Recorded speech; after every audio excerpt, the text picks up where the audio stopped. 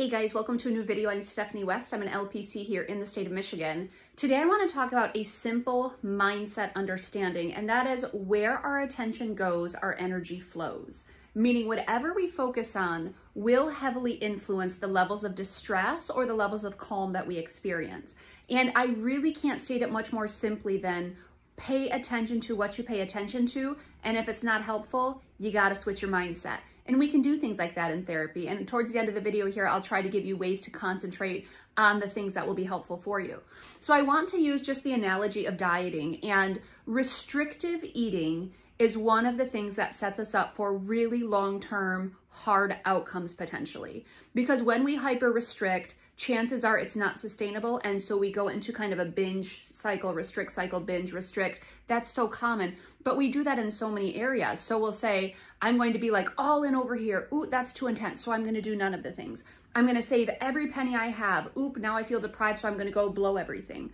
We do that so often, and it's because of what we pay attention to. So up on the board here, I have two categories of food groups. So very simplistically, we're going to use the diet analogy. Let's say I've decided to overhaul or at least tweak some of my food behaviors. And so I've put together a list of green foods, meaning green means go, meaning these are the things I should be eating, and red foods, which means stop. These are the things I should heavily consider eliminating or at least reducing to a large degree. So the bummer is, if I'm focusing on this red column and I'm looking at the things I'm giving up, like cakes and cookies, such a bummer, right? Frosting is my #1 indulgence. I love it so much, but I, indulge in it very infrequently. Chips and crackers, that became about me. I'm sorry, this is about you. Highly processed foods, and that does include highly processed meats and highly processed kind of shelf-stable stuff. Candies, and then breads and pastries. Let's say I've decided that those are the things I'm going to either limit or forego for a short season. Then I decide to put together a list of things that are green foods. They're go. These are things that are for my good, things that will get me closer to my objectives or my goals. So up here we have fruits and vegetables, lean proteins, quality whole grains, and just health promoting fats. Health promoting fats, that's kind of a wide gamut, but they're, depending on our goals, there's certain things that kind of add in special, omega fatty acids, things like that can be really good for our body. You decide what that category looks like. It is kind of a touch relative depending on what your health outcomes are, but these would be categories, or these would be kind of places to camp out more often. So if I hyper focus on all of the things I'm giving up, I'm going to experience such profound distress. So let's say I have this buffet in front of me and it's got all of these foods, and I'm standing over here looking at the cakes and the pastries and the rolls and all of that, and I'm just like, I'm going without, I'm going without, I'm going without, I'm going without. You could imagine the distress that's building because my scarcity mindset is coming into play and reminding me of everything I'm missing out on.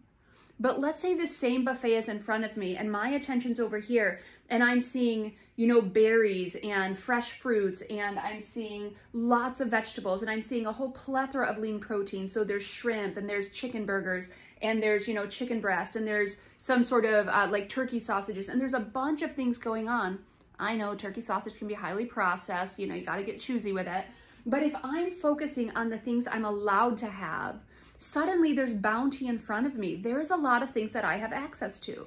Now, are there things that are less good for my goals? Are there things that I should limit? Absolutely. It's this whole area over here. It's this whole category. But there are so many things that I still have access to. And over here, if I focus on this, my level of distress is assuaged to a large degree because there's not a scarcity mindset. There's a bountiful mindset. I can have all of these things unimpeded without feeling the discomfort of like not having food available for me. It's a really interesting thing to understand where our attention goes, our energy flows. And if I look at this and say, wow, so many things are available to me, my distress is going to be lessened. If I hyper focus over here, my distress is going to uptick in a big way. So for example, I had a client in here the other day, and she was talking about how all of her friends, one's going to Aruba, one's going to Cabo, one's going to Mexico, one's going to California, one's going to Florida. And then she was telling me a few things that she was going to do, like she has a trip up north planned, and then she's possibly going down to Florida, and then possibly in the spring she might go to Mexico. But she's saying, like, compared to all my friends, this is so lame. And I'm like, yeah, if you look at a list of all the places you're not going, I'd feel pretty curmudgeon too. But that's a ridiculous comparison because you've got places you're going. You've got exciting things going on in your life. If you actually looked at this and sat with gratitude for it and understood your opportunities, things shift in a huge way.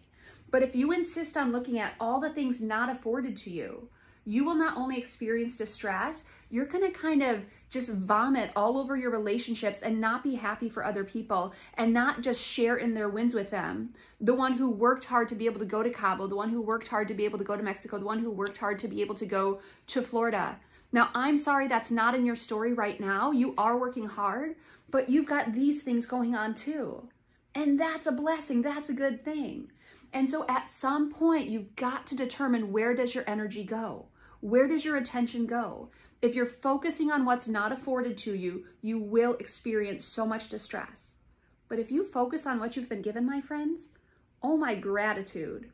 Wow, do we have so many things available to us. And I really hope you choose to kind of take thoughts captive and focus on the things that are afforded to you. This is one of the statistics that I cite most often with my clients, especially clients who are sitting in a lot of despondency. And I don't mean to silver line things. I don't mean to, placate or try to discourage you from feeling your feelings. But I was listening to NPR a few years ago, and the statistic they gave is they said, if you live in a household where you have $50,000 of income within that household, you are in the top 1% worldwide of people with opportunity and people with fortune and advantage. And so often we look at, well, I'm not that millionaire, I'm not that billionaire, or maybe I'm not even that 100,000aire. Do you have $50,000 of generated income coming into your world every year? You're in the top 1% worldwide. So you can focus on the things not afforded to you, or you can sit with awe at what is afforded to you and just be shocked and revel in that and be so appreciative that you probably are close to the top 1% worldwide of people with advantage and opportunity. Even if you're making $25,000, $30,000, $35,000, $40,000, you are top tier in this world for advantage and opportunity. So we can focus over here and we can revel in that and say, oh my Lanta, how cool that I have such privilege, that I have such good things going on in my life. I'm sorry if it's only 1 trip a year or 2 trips a year. How cool that you get to have that. Or you can look over here at what you're missing out. You can forego the opportunity to marvel at what's being afforded to you. And you can experience high rates of distress and breakdown in relationships because you're looking at other people, you're comparing to other people, and it's false equivalencies. And you've got this going on over here.